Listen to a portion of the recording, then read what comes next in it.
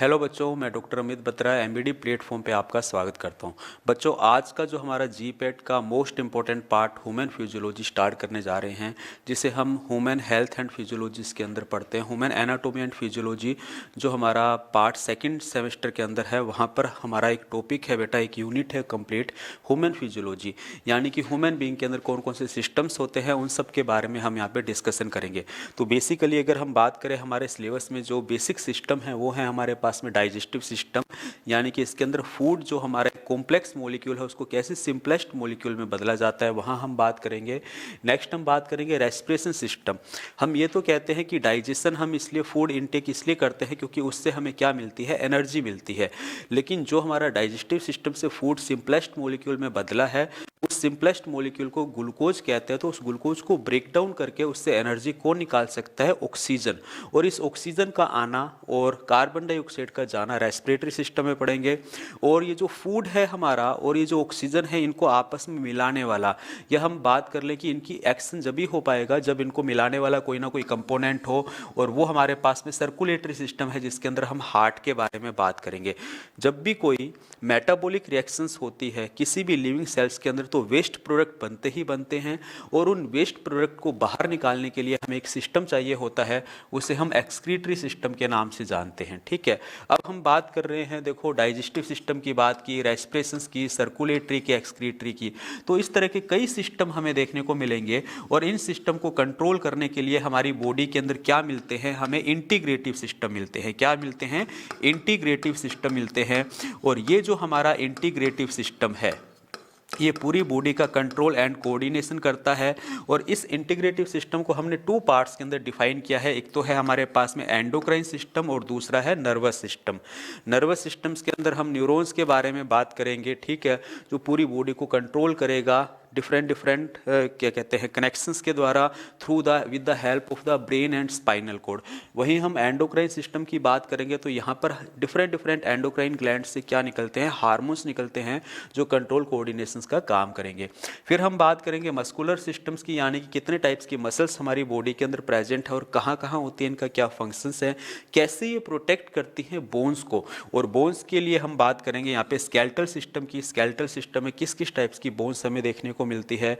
और फाइनली हम बात करेंगे एवरी लिविंग बीइंग का एक फंडामेंटल कैरेक्टर होता है रिप्रोडक्शन, जिसके कारण वो अपनी जो प्रोजेनी है, प्रोजेनी के रूप में अपनी एग्जिस्टेंस बनाए रखता है, यानी कि पेरेंट सेल का प्रोजेनी के अंदर कन्वर्जन होना रिप्रोडक्शन है।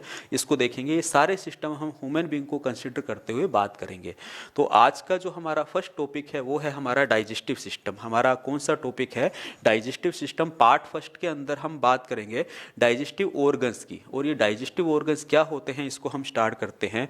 तो सबसे पहले तो हम बात कर ले डेफिनेशन क्या होती है। अगर हम डाइजेस्टिव सिस्टम स्टार्ट कर रहे हैं तो हमें पता होना चाहिए कि ये डाइजेशन का मतलब क्या होता है। तो डाइजेशन हमारे पास में क्या होता है? प्रोसेस, सिंपल शब्दों में अगर हम बात करें, by which, process by which एक कॉम्प्लेक्स मॉलिक्यूल।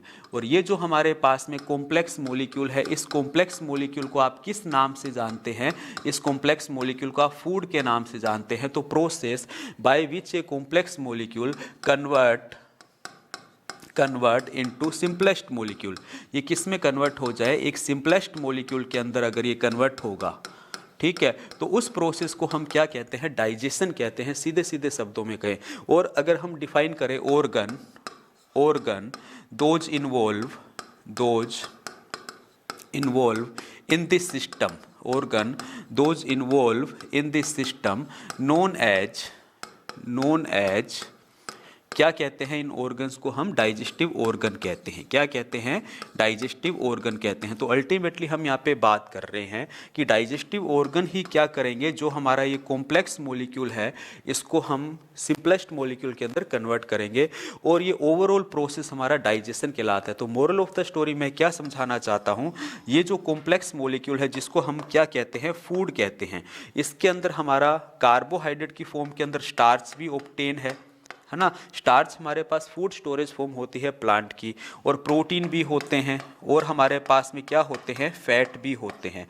तो मोरल ऑफ द स्टोरी मैं आपको क्या कहना चाहता हूँ, ये जो हमारा फूड है, आप थोड़ी देर के लिए समझिए, एक बड़ा सारा पत्थर है हमारे पास, ये कॉम्प्लेक्स मोलिक्यूल है। क्या है, एक हमारे पास में कॉम्प्लेक्स मोलिक्यूल है।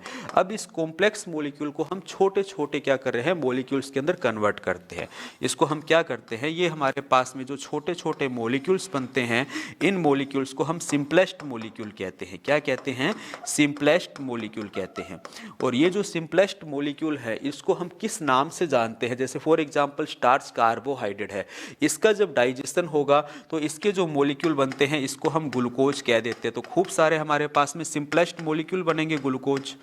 उसी तरह से हम बात कर लें, प्रोटीन का अगर ब्रेकडाउन होगा तो हम देखेंगे खूब सारे हमें एमिनो एसिड्स मिलते हैं।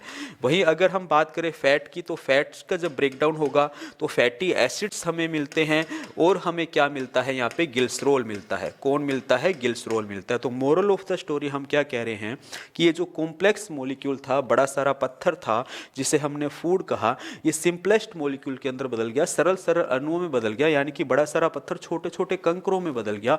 और इस पूरे सिस्टम के अंदर जो ऑर्गन्स इन्वॉल्व हैं, उन ऑर्गन्स को हमने क्या बोला, डाइजेस्टिव ऑर्गन बोला। तो ये प्रोसेस समझने से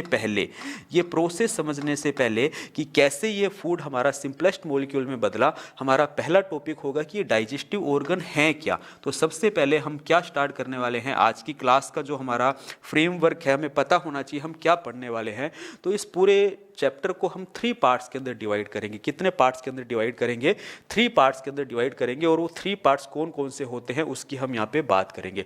तो देखो, सबसे पहले तो हम बात करेंगे ये जो हमारा डाइजेशन है, इसको अगर हम बात करें तो इसको हम 3 पार्ट्स के अंदर डिवाइड करने वाले हैं। पहले तो हम बात करेंगे डाइजेस्टिव ऑर्गन्स की। पहले हम किसकी बात करेंगे, डाइजेस्टिव ऑर्गन्स की, उनकी इंटरनल स्ट्रक्चर क्या होती है। तो सबसे पहले तो हम क्या देखेंगे, एनाटॉमी ऑफ डाइजेस्टिव ऑर्गन। क्या देखेंगे, एनाटॉमी ऑफ डाइजेस्टिव ऑर्गन्स के बारे में बात करेंगे। और इन डाइजेस्टिव ऑर्गन्स को हम किस तरह से कैटेगराइज करते हैं, एनाटॉमी में क्या क्या होता है, वो सारा हम देखेंगे, स्ट्रक्चर वाइज कौन सा पार्ट्स क्या है। नेक्स्ट हम बात करेंगे डाइजेशन। क्या देखेंगे, डाइजेशन प्रोसेस।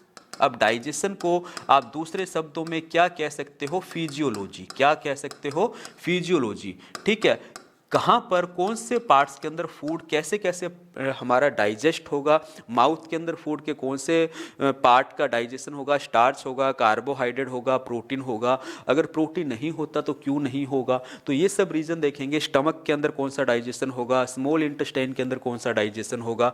और बाद में डाइजेशन होना ही सफिशिएंट नहीं है, डाइजेशन के बाद ये फूड हमारा कहाँ आना चाहिए, ब्लड में आना चाहिए। और इस स्टेप को हम क्या कहते हैं, एब्जॉर्प्शन। तो हमारा लास्ट स्टेप क्या होगा, एब्जॉर्प्शन ऑफ फूड। हमारा एब्जॉर्प्शन फूड का कैसे होता है। और फाइनली हम बात करेंगे जो हमारे डाइजेस्टिव सिस्टम के सिंपलेस्ट जो हमारे डिसऑर्डर होते हैं, उनकी हम फाइनली बात करेंगे। सम डिसऑर्डर, कौन कौन से डिसऑर्डर हमें डाइजेस्टिव सिस्टम के दिखते हैं। तो डिसऑर्डर ऑफ डाइजेस्टिव सिस्टम, तो बेसिकली हम क्या बात कर रहे हैं, ये जो मेरा चैप्टर है इसको मैंने 4 ब्रॉड टॉपिक के अंदर डिफाइन किया है, जो एक एक करके हम नेक्स्ट क्लासेस के अंदर डिस्कशन करेंगे। आज का जो हमारा टॉपिक बेस्ड रहेगा किस पे रहेगा, डाइजेस्टिव ऑर्गन्स पर रहेगा।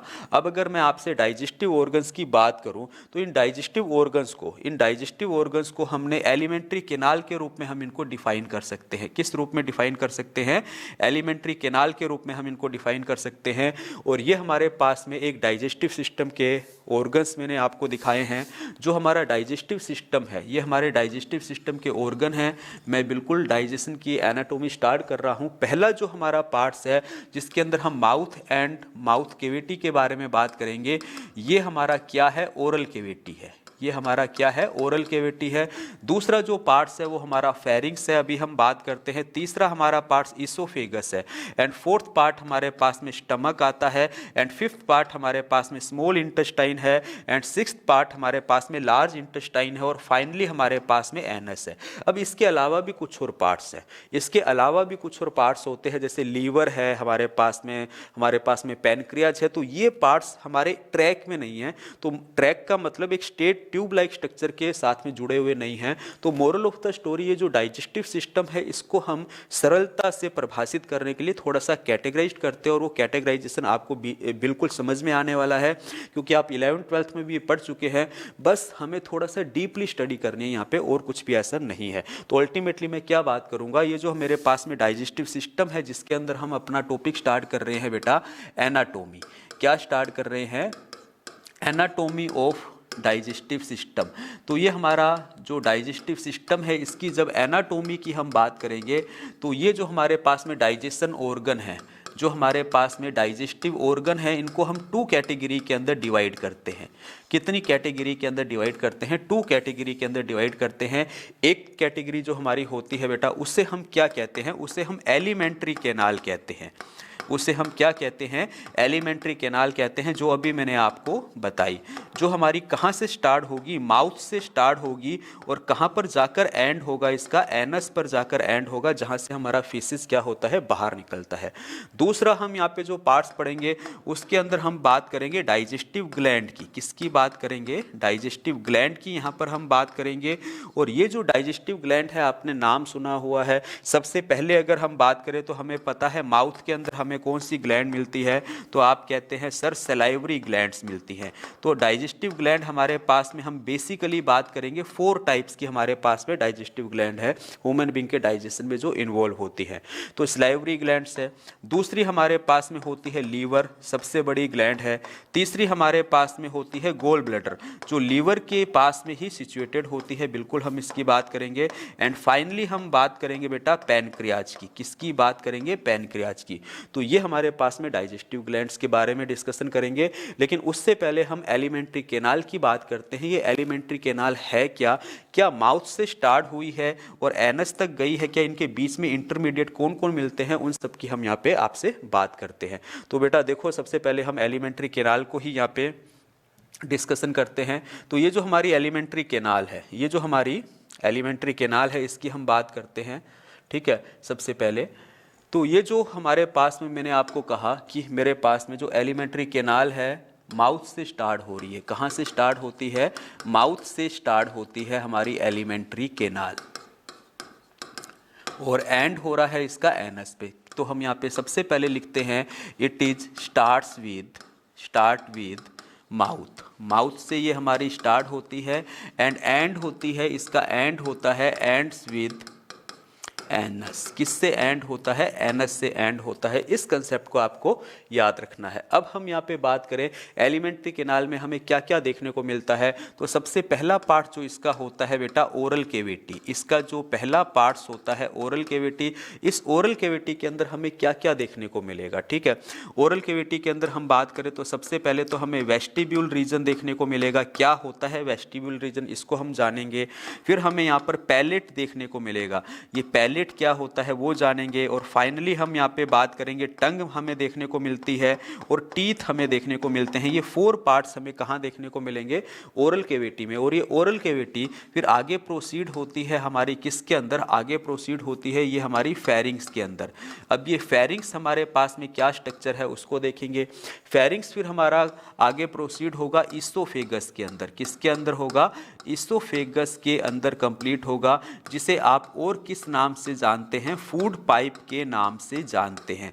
और ईसोफेगस फाइनली फिर हमारा किसके अंदर कन्वर्ट होगा? स्टमक के अंदर। और स्टमक फिर हमारा किसके अंदर कन्वर्ट होगा? स्मॉल इंटेस्टाइन के अंदर कन्वर्ट होगा। अब इस स्मॉल इंटेस्टाइन के भी हमें 3 पार्ट्स पढ़ने को मिलेंगे।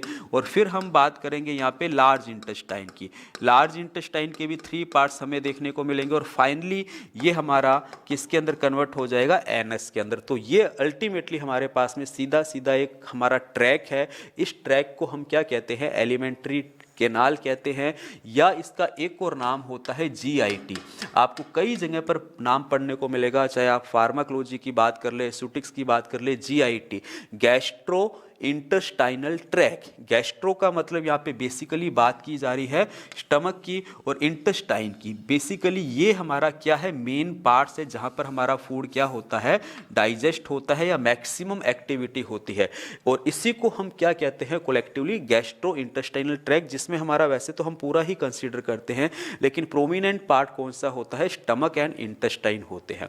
तो एक एक करके हमारी जो आज की क्लास है वो बेसिकली बेस्ड रहने वाली है बेटा ओरल कैविटी के ऊपर बेस्ड रहने वाली है। इन सब के बारे में हम यहाँ पे डिस्कशन करेंगे। तो बेसिकली हम स्टार्ट करते हैं क्या, हमारा एलिमेंट्री कैनाल, जिसके अंदर सबसे पहले हम पढ़ने जा रहे हैं बेटा ओरल कैविटी। जिसके अंदर हम क्या पढ़ने जा रहे हैं, ओरल कैविटी पढ़ने जा रहे हैं। तो ओरल कैविटी की अगर हम बात करें तो हमारी जो ओरल कैविटी है ये कवर्ड रहती है लिप्स के द्वारा। क्या बात कर रहे हैं, ओरल कैविटी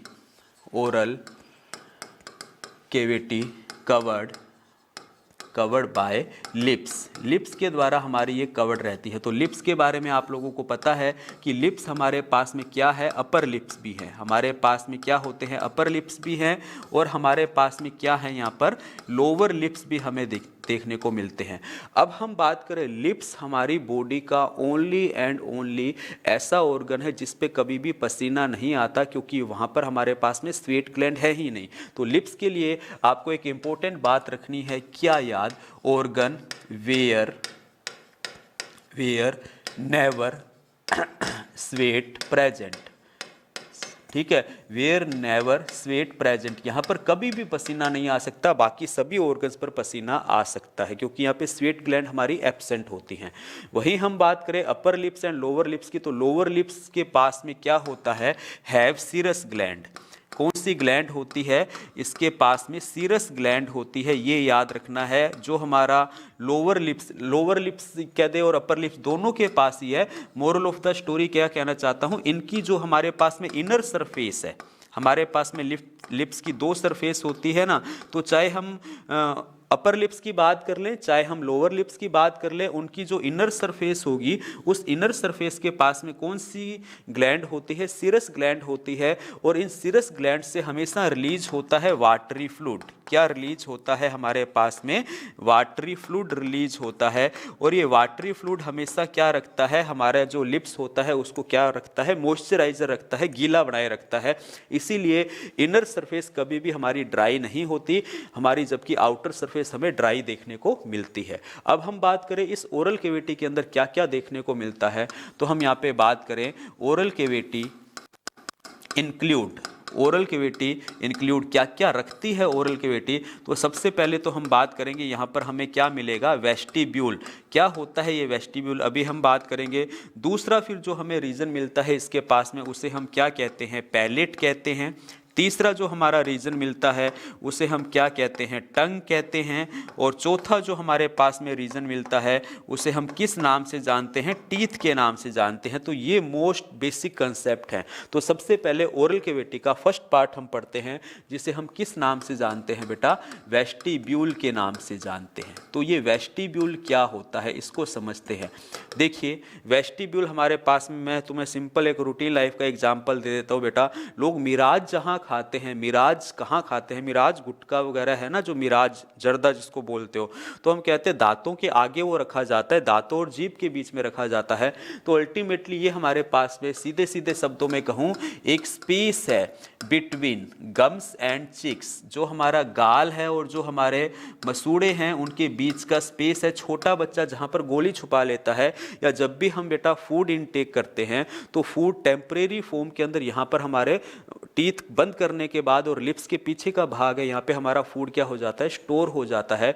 तो ये प्लेस जो होता है ना, इसे हम क्या कहते हैं, वेस्टिब्यूल प्लेस कहते हैं। तो यहाँ पर हमें क्या देखने को मिलता है, हमें देखने को मिलता है कि टेम्परेरी हमारा फूड कहाँ पर स्टोर हो सकता है, टेम्परेरी स्टोर होता है, temporary store food in vestibule. In vestibule के अंदर हमारा जो फूड है टेम्परेरी रूप से क्या हो जाता है, स्टोर हो जाता है जब हम फूड का डाइजेशन करते हैं। तो ये वेस्टिब्यूल है। अब वेस्टिब्यूल के बाद फिर हम बात करते हैं किसकी, पैलेट की। किसकी बात करते हैं, पैलेट की। तो ये पैलेट क्या होता है, तो सबसे पहले हम बात करते हैं। देखिए ये जो पैलेट होता है ये हमारा माउथ है। अभी मैं इसमें टंग नहीं बना रहा हूँ, मैंने क्या बनाया, ये हमारा माउथ है। और ये माउथ का हमारा क्या है, ओरल कैविटी है। माउथ हमारा किसके अंदर खुल रहा है, ओरल कैविटी के अंदर खुल रहा है, माउथ जो लिप्स से कवर्ड था। इस ओरल कैविटी का ये ऊपर का भाग है, इसको आप क्या कहते हो, रूफ कहते हो। और ये हमारा क्या है बेटा, निचला भाग है, ग्राउंड भाग है। इस ग्राउंड पार्ट्स पर तो आपको पता है, इस ग्राउंड पार्ट्स पर तो आपको पता है आपकी क्या होती है बेटा, टंग होती है। ये हमारे पास में क्या है, टंग है। तो अपने को समझना है, अपने को क्या समझना है कि ये पैलेट क्या होती है। तो पैलेट सीधे सीधे शब्दों में कहें ओरल कैविटी की रूफ है। तो हम इसको क्या कहते हैं, रूफ कैविटी। हम क्या बात कह सकते हैं, रूफ ऑफ ओरल कैविटी। क्या बात कर रहा हूं, roof of oral cavity known as इसको क्या कहा जाता है, पैलेट कहा जाता है। तो ये कंसेप्ट अपने को समझना है कि पैलेट क्या होता है। तो हम कहेंगे roof of oral cavity known as palate कहा जाता है। अब यहाँ पर पैलेट की भी बात करते हैं। जब हम इस कैविटी को देखते हैं तो आप कभी भी फील करना, प्रैक्टिकली आप इसको फील कर सकते हैं। हमें क्या देखने को मिलेगा, हमें ये देखने को मिलेगा, ये हमारा रूफ का अगला भाग है।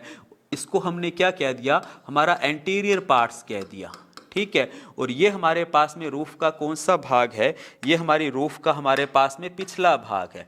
ये हमारा कौन सा भाग है, ये हमारी रूफ का पोस्टीरियर पार्ट्स है। तो बेटा तुम जब भी यहाँ पर टच करोगे, तुम जब भी अपने माउथ के अंदर अपर पे आगे की तरफ टच करोगे और पीछे की तरफ टच करोगे, तो ये जो एंटीरियर पार्ट्स है ना, ये आपको थोड़ा सा कैसा मिलेगा, हार्ड मिलेगा।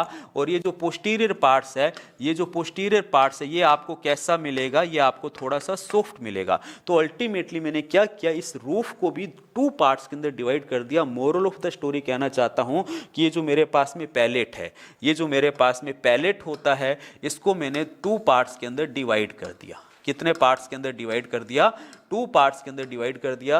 पहला जो मेरे पास में पार्ट होता है उसे मैं कहता हूं हार्ड पैलेट। क्या कहता हूं, हार्ड पैलेट कहता हूं। और दूसरा जो मेरे पास में होता है उससे मैं क्या कहता हूं, सॉफ्ट पैलेट कहता हूं।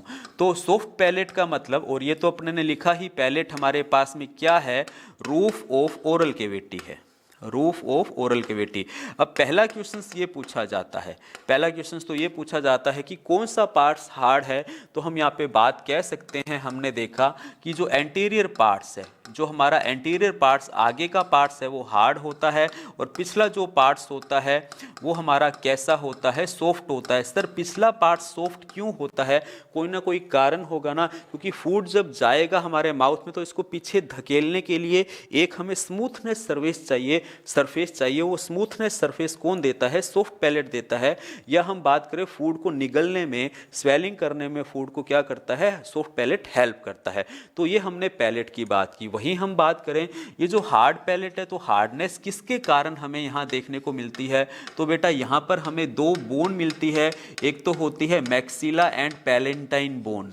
कौन सी दो बोन से मिलकर बनता है, मैक्सिला एंड पैलेटाइन बोन से मिलकर बनता है हमारा हार्ड पैलेट। वहीं हम बात करेंगे जो सॉफ्ट पैलेट है, जिसे हमने पोस्टीरियर पार्ट्स कहा है, ये पीछे की तरफ क्या है, ओपन होता है। या हम बात करें इसके बैक साइड में, ओपन तो नहीं लिख सकते, हम ये कह सकते हैं बैक साइड में क्या होता है, इसके उल्वा प्रेजेंट होती है। क्या प्रेजेंट होती है हमारे पास में, उल्वा प्रेजेंट होती है। उल्वा प्रेजेंट होती है हमारे बैक साइड में, किसके, जहां हमारा ये जो सॉफ्ट पैलेट है ये खत्म हो रहा है, वहां पर हमें क्या मिलेगी, उल्वा स्ट्रक्चर मिलेगी। उल्वा हमारे पास में, जब भी हम किसी का माउथ खोलते हैं तो पीछे की तरफ एक लटकी हुई स्मॉल स्ट्रक्चर मिलती है, उसको उल्वा कहते हैं। अगर ये उल्वा किसी में लटकी हुई हमें स्ट्रक्चर मिल रही है तो हम बोल सकते हैं कि वो व्यक्ति बिल्कुल क्लियर बोलता है। अगर ये उल्वा हमारे पास में अनडेवलप है या एब्सेंट है तो आप कह देंगे वो व्यक्ति बोल नहीं पाता है, अर्थात वो कैसा है, गूंगा व्यक्ति है। तो उल्वा हमारे पास में याद रखना है कि उल्वा क्या है। तो ये हमारे पास में एक हैंगिंग स्ट्रक्चर है। क्या है बेटा, एक हैंगिंग स्ट्रक्चर है, इसको भी याद रखना है, ठीक है। तो हम बात कर सकते हैं किसी भी व्यक्ति की ओरल कैविटी देख के, हम उसको बिना बुलाए बोल सकते हैं देख के कि वो बोल सकता है या नहीं बोल सकता। तो उल्वा के के कारण हम उसको समझ सकते हैं। ये छोटी छोटी बातें याद रखनी है, यही क्वेश्चंस पूछे जाते हैं। तो ये हमने किसकी बात की, वेस्टिब्यूल की बात की, फिर हमने पैलेट की बात की। अब हम बात करते हैं बेटा टंग की। अब हम किसकी बात करते हैं, तीसरा जो हमारा पार्ट्स होता है वो हमारे पास में कौन सा होता है, वो हम बात करेंगे टंग की। तो टंग की जब भी बात करेंगे तो टंग कहाँ पर प्रेजेंट होती है आप कहेंगे, और मैंने आपको बताया भी है, और मैंने आपको बेटा बताया भी है। ये जो हमारी टंग होती है, हम टंग की अभी बात करते हैं यहाँ पे, ये जो हमारी टंग होती है, ये टंग हमें कहाँ मिलेगी, देखो मैंने यहाँ बताया भी, टंग हमें कहाँ मिल रही है, ग्राउंड सरफेस पर मिलती है। तो ओरल कैविटी की ग्राउंड सरफेस पर हमें क्या मिल रही है, टंग मिलती है। इस टंग के लिए हम यहाँ पे बात करते हैं, तो हम यहाँ पे कहते हैं कि ये कहाँ प्रेजेंट होती है, तो हम बात करेंगे present on the ground surface. क्या बात कर रहा हूं, ground surface of oral cavity. Oral cavity की ग्राउंड सरफेस पर हमारे पास में क्या है, टंग प्रेजेंट रहती है। इस कंसेप्ट को हमें याद रखना है। दूसरी बात, आप कहेंगे क्या हमारी टंग के अंदर कोई बोन्स प्रेजेंट है क्या, टंग के अंदर बोन प्रेजेंस है क्या, नहीं। तो टंग हमारे पास में कैसा है बेटा, मस्कुलर ऑर्गन है। कैसा है हमारे पास में, ये एक मस्कुलर ऑर्गन है। मस्कुलर ऑर्गन हम किसको बोलते हैं, मस्कुलर ऑर्गन हम उनको बोलते हैं जिनके पास में बोन प्रेजेंट नहीं होती है। तो हम यहाँ पे बात करते हैं नो बोन प्रेजेंट, यहाँ पर कोई भी हमारे पास में बोन प्रेजेंट नहीं होती है। इस कंसेप्ट को समझना। अच्छा एक बात और, टंग की सबसे खास बात तुम्हें क्या देखने को मिलती है, सबसे खास बात टंग की हमें ये देखने को मिलती है कि ये जो हमारी टंग है, ठीक है, इसका जो हमारे पास में एंटीरियर पार्ट्स है, इसका जो हमारे पास में एंटीरियर पार्ट्स है वो फ्री है। यानी कि हम बात कर लें कि ये मूवेबल है। क्या बात कर रहे हैं, मूवेबल इन ओरल कैविटी। हमारा जो माउथ है, जो ओरल कैविटी है, उसमें पूरी टंग इधर से उधर घूमती रहती है ना। अगला पार्ट्स फ्री है, पिछला पार्ट्स फ्री है क्या, नहीं। पिछला फ्री होता तो हम बाहर ही निकाल लेते ना। तो अल्टीमेटली इसका जो पोस्टीरियर पार्ट्स है, इसका जो पोस्टीरियर पार्ट्स होता है वो हमारा कैसा रहता है, वो फ्री नहीं होता है। वो किसके साथ में अटैच होता है, ये क्वेश्चन पूछा जाता है। अटैच्ड रहता है, attached with A special structure. ये एक स्पेशल स्ट्रक्चर के साथ में अटैच रहता है, नोन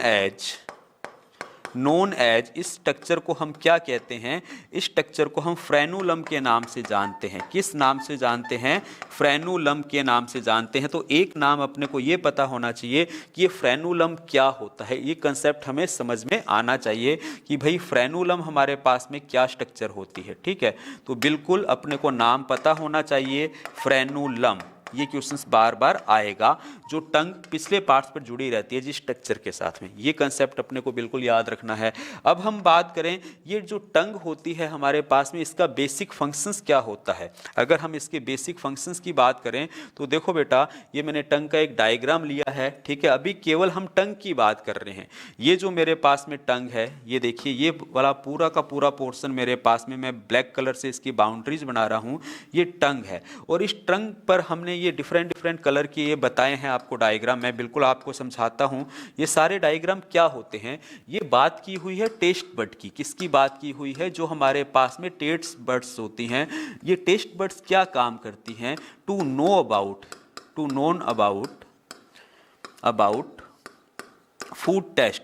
फूड के टेस्ट के बारे में हमें बताती है टेस्ट बड। और ये टेस्ट बड हमारी क्या होती है, कहाँ पर कौन कौन सी होती है, एक साधारण डायग्राम से अगर हम इसको समझने की कोशिश करें तो याद रखिए, ये सबसे आगे की तरफ जो हमें टेस्ट बड दिखाई देती है, ये देखो, सबसे आगे की तरफ जो टेस्ट बड दिखाई देती है, ये हमें स्वीट टेस्ट का पता करवाती है। किसका पता करवाती हैं, स्वीट टेस्ट का पता करवाती हैं।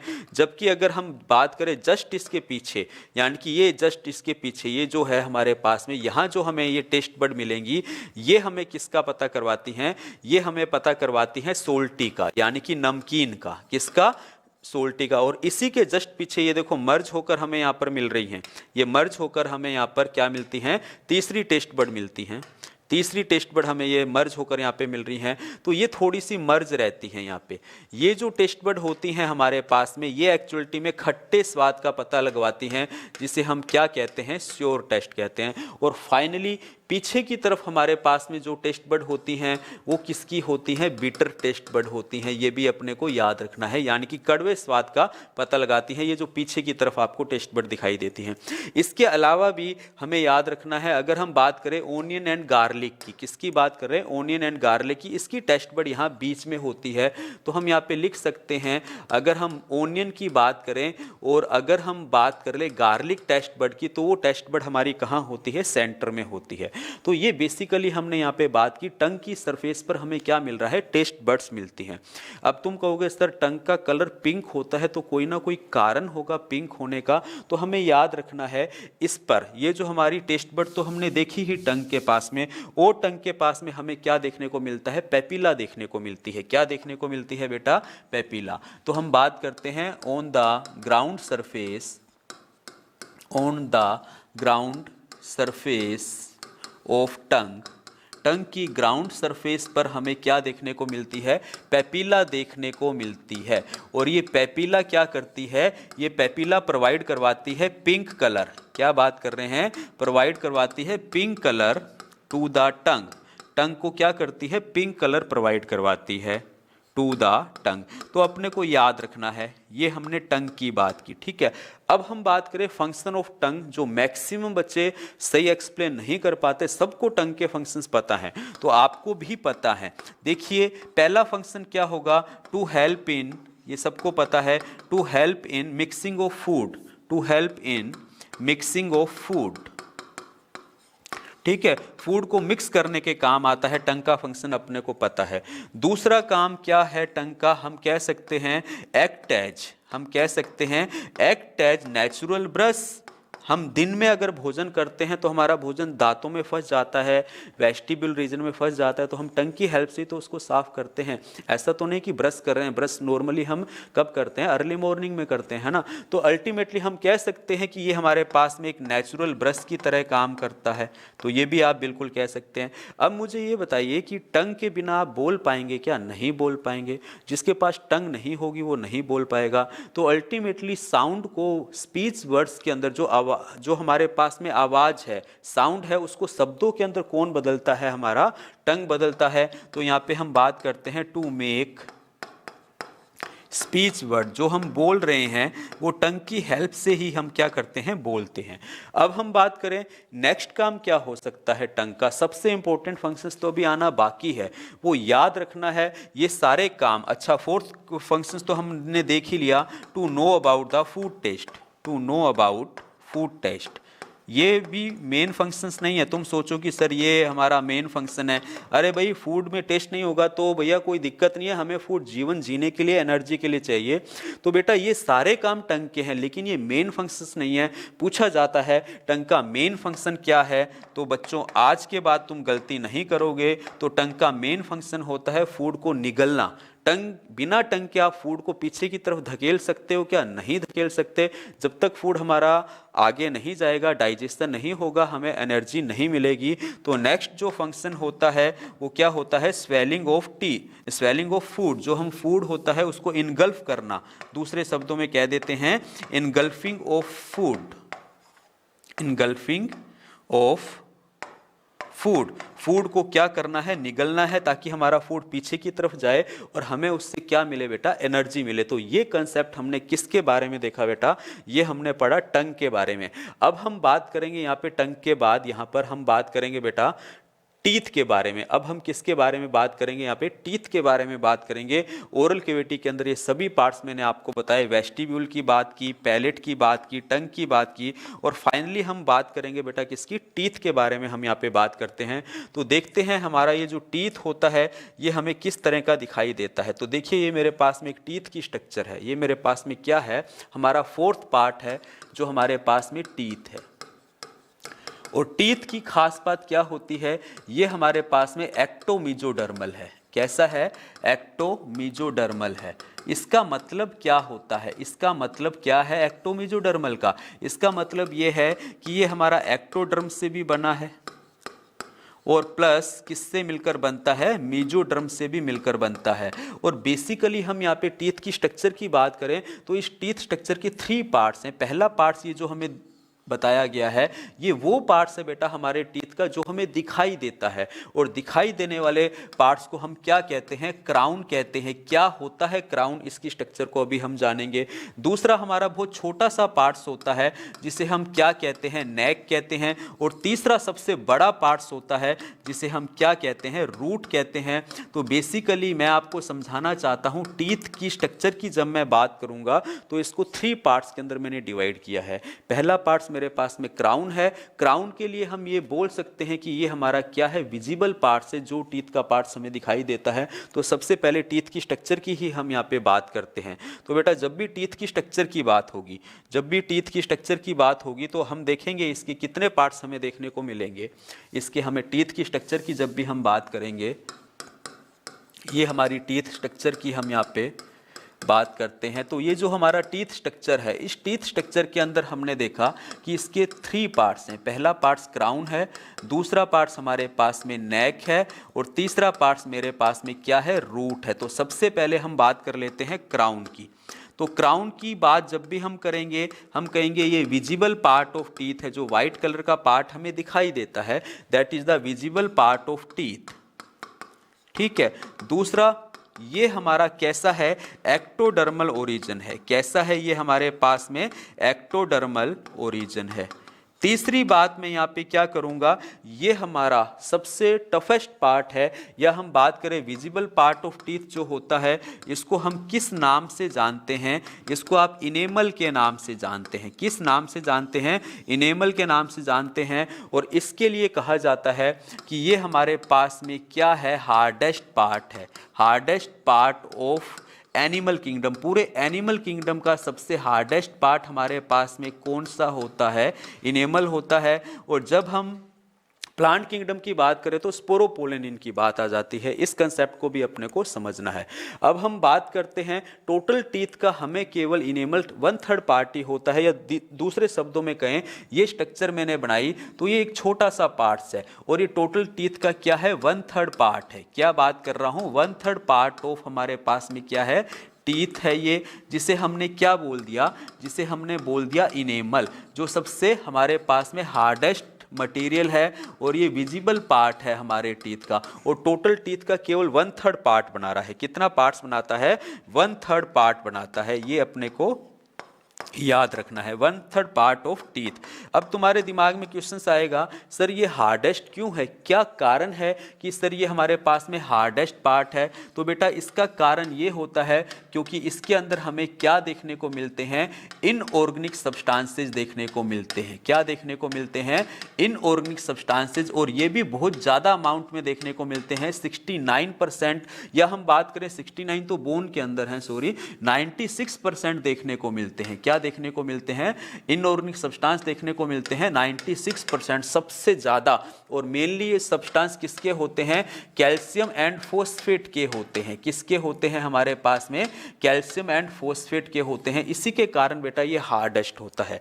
नेक्स्ट हम बात करते हैं यहाँ पे, इसके अंदर हमें यहाँ पर फिर एक छोटा सा पार्ट्स मिलता है। इस छोटे से पार्ट्स को हम नेक कहते हैं। क्या कहते हैं, नेक। देखिए ये हमारा पहला पार्ट्स था, इस पहले पार्ट्स को मैंने क्राउन बोला, और क्राउन का दूसरा नाम मैंने इनेमल बता दिया। अब ये जो दूसरा पार्ट्स है, ये मेरे पास में जो ये दूसरा पार्ट्स है, इसको हम क्या कहते हैं, इसको हम नेक कहते हैं। ये हमारा नेक पार्ट है। तो सीधे सीधे शब्दों के अंदर मैं आपको समझाऊं तो ये जो हमारा नेक पार्ट है, सेकंड जिसे हम क्या कह रहे हैं, नेक पार्ट कहते हैं, ये क्या करता है, ये केवल और केवल जो हमारा क्राउन पार्ट है और जो हमारा रूट पार्ट है उसको क्या करता है, जोड़ता है। तो हम यहाँ पे कह देते हैं ये क्या करता है, एसोसिएटेड करता है, एसोसिएटेड क्राउन पार्ट्स, ठीक है, with root parts. Root part के साथ में ये क्या कर देता है, उसको जोड़ता है। और हम इसको और किस नाम से जानते हैं, पल्प के नाम से जानते हैं, ऑल्सो नोन एज। हम यहाँ पे लिख सकते हैं ऑल्सो नोन एज, और हम इसको किस नाम से जानते हैं, पल्प के नाम से जानते हैं। याद रखना है, केवल एसोसिएशंस का काम होता है। अल्टीमेटली ये जो हमारा नेक पार्ट है जिसे हम और क्या कहते हैं, पल्प कहते हैं। अब हमारे पास में आता है बेटा नेक का सबसे, हमारा जो टीथ है उसका सबसे इंपॉर्टेंट पार्ट्स। और ये जो सबसे इंपॉर्टेंट पार्ट्स होता है ना, ये हमारे पास में सबसे लंबा पार्ट्स भी है। टोटल टीथ का कितने % पार्ट है, 2/3 पार्ट ऑफ टीथ है। आप देख रहे हैं सबसे बड़ा पार्ट्स है, और इस पार्ट्स को हम किस नाम से जानते हैं? इस पार्ट्स को हम रूट के नाम से जानते हैं। सबसे इंपॉर्टेंट बात ही यही है। तो अल्टीमेटली हम यहाँ पे बात करेंगे, फर्स्ट पार्ट हमने क्राउन पढ़ा, सेकंड पार्ट हमने नेक पढ़ा, अब हम यहाँ पे बात करेंगे, हम किसकी बात करेंगे? टीथ की बात करेंगे। टीथ के अंदर जो हमारा रूट पार्ट है उसकी बात करेंगे। तो रूट पार्ट की जब भी बात होगी तो मैं कहूँगा कि ये हमारे पास में मीजोडर्मल ओरिजिन है। कैसा है? मीजोडर्मल ओरिजिन है, पहली बात। दूसरी बात हम बात करेंगे 2/3 पार्ट ऑफ टीथ है। क्या है? 2/3 पार्ट ऑफ टीथ होता है। अब इसको हम देखते हैं इसके अंदर हमें क्या मिलता है। तो अल्टीमेटली हम यहाँ पे देख रहे हैं कुछ इस तरह से हमारा क्या हुआ है, अरेंज हुआ है। और ये जो हमें स्ट्रक्चर दिखाई दे रही है, इस स्ट्रक्चर को हम क्या कहते हैं? इस स्ट्रक्चर को हम कहते हैं प्लूरोडोंट कैविटी। क्या बोलते हैं? इसका नाम होता है हमारे पास में प्लूरोडोंट कैविटी। क्या नाम होता है? प्लूरोडोंट कैविटी नाम होता है। अब याद रखें, इस प्लूरोडोंट कैविटी के पास में ना एक मेम्ब्रेन होती है। यहाँ पर ये मेरे पास में बेटा एक मेम्ब्रेन है, और इसका नाम बहुत बार पूछा जाता है। इस मेम्ब्रेन को कहा जाता है ओडेंटोब्लास्ट। क्या कहा जाता है? ओडेंटो। और यही क्वेश्चंस पूछा जाता है, ओडेंटोब्लास्ट। ये ओडेंटोब्लास्ट फाइनली करती क्या है? ये डेंटाइन बनाती है। ये क्या बनाती है? टीथ का इंपॉर्टेंट पार्ट्स बनाती है, जिसे हम क्या कहते हैं? डेंटाइन। क्या कहते हैं? डेंटाइन। तो ये जो स्ट्रक्चर है मेरे पास में डेंटाइन है, और डेंटाइन के लिए कहा जाएगा, क्या कहा जाएगा? देखिए क्या अपने को समझना है। ये जो मैंने रूट की बात की, मैंने आपको बोला इस रूट पार्ट के पास में, इस रूट पार्ट के पास में प्लूरोडोंट हमारे पास में क्या है? प्लूरोडोंट कैविटी है। और प्लूरोडोंट कैविटी के पास में क्या है? ओडेंटोब्लास्ट सेल्स है। बिल्कुल इसी तरह से आपको याद करना है, ओडेंटोब्लास्ट सेल्स हैं। और ये जो ओडेंटोब्लास्ट सेल्स होती हैं, ये किसका निर्माण करती हैं? ये निर्माण करती हैं बेटा डेंटाइन का। किसका निर्माण करती हैं? डेंटाइन का। ये क्वेश्चंस बार बार पूछा जाता है। डेंटाइन का फॉर्मेशन कौन करता है? ओडेंटोब्लास्ट सेल्स करती है। कहाँ होती है? प्लूरोडोंट कैविटी में होती है। और इस प्लूरोडोंट कैविटी में हमें क्या मिलता है? इस प्लूरोडोंट कैविटी में हमें क्या मिलती है? नर्व सप्लाई मिलती है, नर्व सेल्स मिलती हैं बेटा। और साथ में क्या मिलता है? ब्लड कैपिलरीज मिलती हैं। क्या मिलती हैं? Blood capillaries. जब भी तो हमें टीथ पर क्या होता है? ठंडा गर्म फील होता है। तो मोरल ऑफ द स्टोरी में क्या कह रहा हूं, इसके अंदर मेरे को क्या मिलेंगी? इसके अंदर अगर हम बात करें, मेरे को नर्व सप्लाई मिलेगी, और क्या मिलेंगी? Blood capillaries. तो यहां पर मेरे को ब्लड कैपिलरीज भी यहां से एंटर होती हैं, ठीक है। और यहाँ से हमारी नर्व सप्लाई भी एंटर होती हैं। अब ब्लड सप्लाई मिलेगी जब भी तो टीथ को बेटा नरिशमेंट मिलेगा, है ना। तो ये देखते हैं। वहीं पर हम बात करें, ये जो मोटा भाग बन जाता है टीथ का, इसको हम क्या कह देते हैं? इसको हम सीमेंट कह देते हैं। ये हमारे पास में प्लूरोडोंट कैविटी का आउटर पार्ट्स होता है, और ये थोड़ा सा थिक होता है। ये थोड़ा सा हमारा क्या होता है? थिक होता है। और इसको हम किस नाम से जानते हैं? सीमेंट के नाम से जानते हैं। तो moral of the story, dentine and cement is the part of the root, ठीक है। और रूट 2/3 पार्ट होता है। तो ये बेसिक एक स्ट्रक्चर देखी हमने किसकी बेटा? टीथ की। अब हम बात करेंगे ह्यूमन बीइंग के अंदर हमें ये टीथ का अरेंजमेंट किस तरह का मिलता है। ये इंपॉर्टेंट कंसेप्ट है। यहाँ पे देखेंगे जो हमारा ह्यूमन बीइंग है, जो हमारा ह्यूमन बीइंग है, अगर हम इसके टीथ की बात करें, अगर हम बेटा इसके टीथ की बात करें, तो इसके टीथ के अंदर हमें इसका जो टीथ है इसका अरेंजमेंट 3 टाइप्स का मिलता है। एक तो होता है बेटा थिकोडोंट। एक अरेंजमेंट कौन सा होता है? थिकोडोंट। क्या मतलब होता है थिकोडोंट का, वो हम समझेंगे। दूसरा होता है डाईफायोडोंट। दूसरा क्या होता है? डाईफायोडोंट। और तीसरा होता है हमारे पास में हिट्रोडोंट। ये तीनों शब्द आपको याद होने चाहिए। ह्यूमन बीइंग के अंदर जो टीथ है, इन 3 तरह से हमें देखने को मिलता है। तो सबसे पहले तो हम बात करें थिकोडोंट का मतलब क्या है।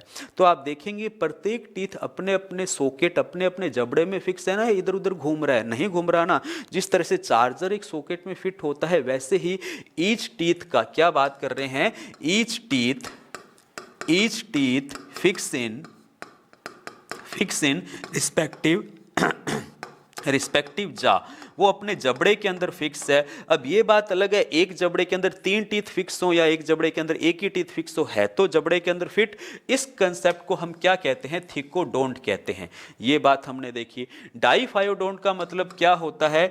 If teeth arise, if teeth arise 2 times in life, क्या बात कर रहा हूं, 2 टाइम्स इन लाइफ, अगर टीथ हमारे पास में लाइफ में 2 बार आएंगे तो उसे डाइफायोडेंट कहते हैं। और ह्यूमन बीइंग में हमें ऐसा देखने को मिलता है, एक तो हमारे पास में कैसे आते हैं, मिल्की टीथ आते हैं, और दूसरे हमारे पास में कैसे आते हैं, परमानेंट टीथ आते हैं। ठीक है, अब ये जो परमानेंट टीथ होते हैं इनके मैक्सिमम नंबर कितने हो सकते हैं, 32 हो सकते हैं, और मिल्की टीथ के मैक्सिमम नंबर 20 हो सकते हैं।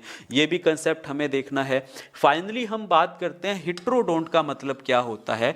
मुझे बच्चों एक बात बताओ, क्या सभी टीथ एक जैसे हैं क्या? एक जैसे तो नहीं है ह्यूमन बीइंग में, तो सभी टीथ का अलग अलग मिलना हेट्रोडोंट होता है। क्या कह रहा हूं, 2 और more than 2 type of teeth.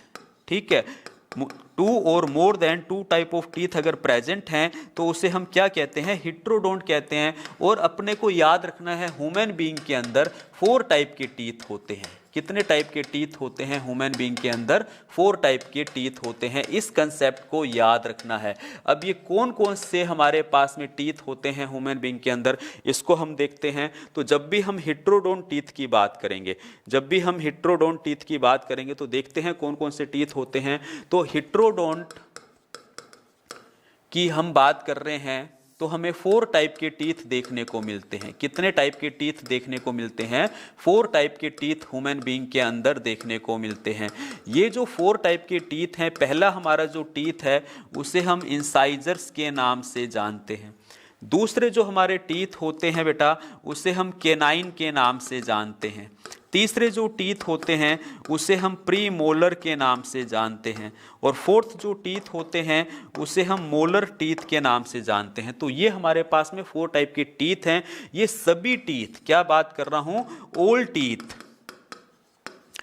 Teeth arrange in a specific manner. सभी टीथ अपने एक स्पेसिफिक मैनर्स के अंदर क्या होते हैं, एसोसिएटेड होते हैं। ये स्पेसिफिक मैनर्स क्या है, कुछ तो टीथ हमारे पास में अपर जा में होंगे और कुछ टीथ हमारे पास में कहाँ होंगे बेटा, लोअर जा में होंगे। और ये किस तरह से अरेंज रहते हैं, इस मैनर्स को रिप्रेजेंट किया जाता है। टीथ का जो अरेंजमेंट मैनर है, क्या बात कर रहा हूं, टीथ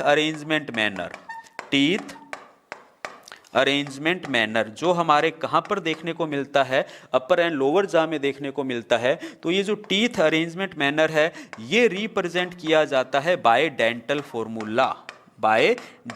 फॉर्मूला। ये कंसेप्ट याद रखना है। अब मैं आपको लेके चलता हूं फाइनल पार्ट्स पर टीथ के, कि टीथ का डेंटल फॉर्मूला क्या होता है, पूछा जाता है बच्चों ये भी। तो अपने को याद रखना है ये जो डेंटल फॉर्मूला होता है ये किस तरह से रिप्रेजेंट करते हैं। ये हमारा अपर जा है और ये हमारा क्या है, ये हमारा लोअर जा है। अब अपर जा में इंसाइजर्स है, फिर केनाइन है, फिर प्रीमोलर है, फिर मोलर है। वैसे ही इंसाइजर्स के नीचे लोअर जा में इंसाइजर्स ही आएंगे, ठीक है। मोलर के नीचे मोलर ही आएंगे, ऐसा नहीं मोलर के नीचे प्रीमोलर आगे, गलत है। और ये जो नंबर बताएंगे किसको बताएंगे, हमें ये नंबर बताएंगे पेयर्स में। जैसे अगर मैं एक अडल्ट पर्सन के टीथ की बात करूं तो इसका फॉर्मूला होता है 2123 अपॉन 2123। तो अब आपको समझ में आ गया कि ये इंसाइजर्स है, केनाइन है, प्रीमोलर है, मोलर है और ये सारे पेयर्स हैं। अगर हम देखें तो ये हमारे पास में 2, 3, 5 और 8 पेयर ऊपर हैं और 8 पेयर नीचे हैं। पेयर्स का मतलब डबल डबल टीथ है हमारे पास, तो 16 टीथ ऊपर हैं और 16 टीथ कहाँ हैं, नीचे हैं। अब अगर मैं आपसे पूछूं कि मेरे को केनाइन्स टीथ के नंबर बताओ तो तुम बता सकते हो केनाइन टीथ 1 और 1 2 पेयर हैं। तो आप कह दोगे सर केनाइन टीथ हमारे पास में 4 होते हैं। इसी तरह से इंसाइजर्स की अगर मैं आपसे बात कर लूं तो आप कह देंगे सर 4 पेयर हैं, यानी कि सर टोटल 8 होते हैं। प्री मोलर की बात कर लूं सर, आप कह दोगे हमारे पास में प्री मोलर भी 4 हैं, यानी कि 8 होते हैं। मोलर की अगर बात कर लूं सर 6 पेयर हैं, यानी कि कितने होते हैं, 12 होते हैं। तो आपके सामने सभी टीथ के हमें नंबर मिले। अब अगर आपसे छोटा सा एक कंसेप्ट और पूछ लें कि हमारे पास में चलो मिल्की टीथ का फॉर्मूला बता दो, तो तो बेटा मिल्की टीथ का फॉर्मूला 2102 है। क्या है? 2102। तो कौन सा टीथ एब्सेंट होता है? प्री मोलर टीथ एब्सेंट होता है। तो हमें यहाँ पर क्या सीखना है, इसके अंदर कौन सा टीथ, मिल्की जो टीथ होते हैं, कौन से टीथ हमारे क्या होते हैं? एब्सेंट है। प्री मोलर टीथ एब्सेंट है। और अगर आप ध्यान से देखोगे तो तुम देख रहे हो यहाँ पर ये 2 है और वहां पर 3 है, तो हमारे पास में और कौन एब्सेंट है? लास्ट मोलर टीथ भी तो एब्सेंट है। क्या है? Last molar teeth. और इस लास्ट मोलर टीथ को ही तुम क्या कहते हो बेटा? विजडम टीथ कहते हो। क्या कहते हो? अक्कल दाढ़ कहते हो। तो ये बेसिकली हमने किसकी बात की? टीथ की बात की। और अगर हम इसके फंक्शंस की बात करें, टीथ का तो एक मोस्ट कॉमन फंक्शन है मैस्टिकेशन ऑफ फूड। फूड को क्या करना है बेटा? चबाना है। मैस्टिकेशन ऑफ फूड, फूड को अच्छे से चबाना है। तो बेसिकली मैंने आपको आज क्या समझाया? आज की क्लास के अंदर हमने क्या देखा? आज की क्लास के अंदर हमने एलिमेंट्री कैनाल का फर्स्ट पार्ट देखा, that is the oral cavity, जिसके अंदर वेस्टिब्यूल, पैलेट, टंग और टीथ के बारे में पढ़ा। अब हम आगे सीक्वेंस में पढ़ेंगे ओरल कैविटी, फेरिंक्स, इसोफेगस की क्या क्या स्ट्रक्चर होती है और फूड कैसे जाएगा। तो बेसिकली बेटा अगर हमें ये एनाटॉमी याद होगी तो अदर पोर्शन जो टॉपिक है हमारे, जैसे मैंने यहाँ पे बात की, ये डाइजेशन, फिजियोलॉजी पढ़ना बहुत इजी हो जाएगा। सारा खेल किसका है? आपके माइंड में स्टेप बैठना चाहिए कि एनाटॉमी होती क्या है, और उसके बाद एब्जॉर्प्शन, फिर हम कुछ डिसऑर्डर की बात करेंगे। तो अल्टीमेटली बेटा ये हमारी फर्स्ट जो क्लास थी किस पर बेस्ड थी? कंप्लीटली हमारे बेसिकली अगर हम बात करें तो ओरल कैविटी पर बेस्ड थी। नेक्स्ट क्लास के अंदर हम बात करेंगे एलिमेंट्री कैनाल के नेक्स्ट पोर्शंस की। तो बने रहिए एमबीडी प्लेटफॉर्म के साथ। Thank you, bye bye.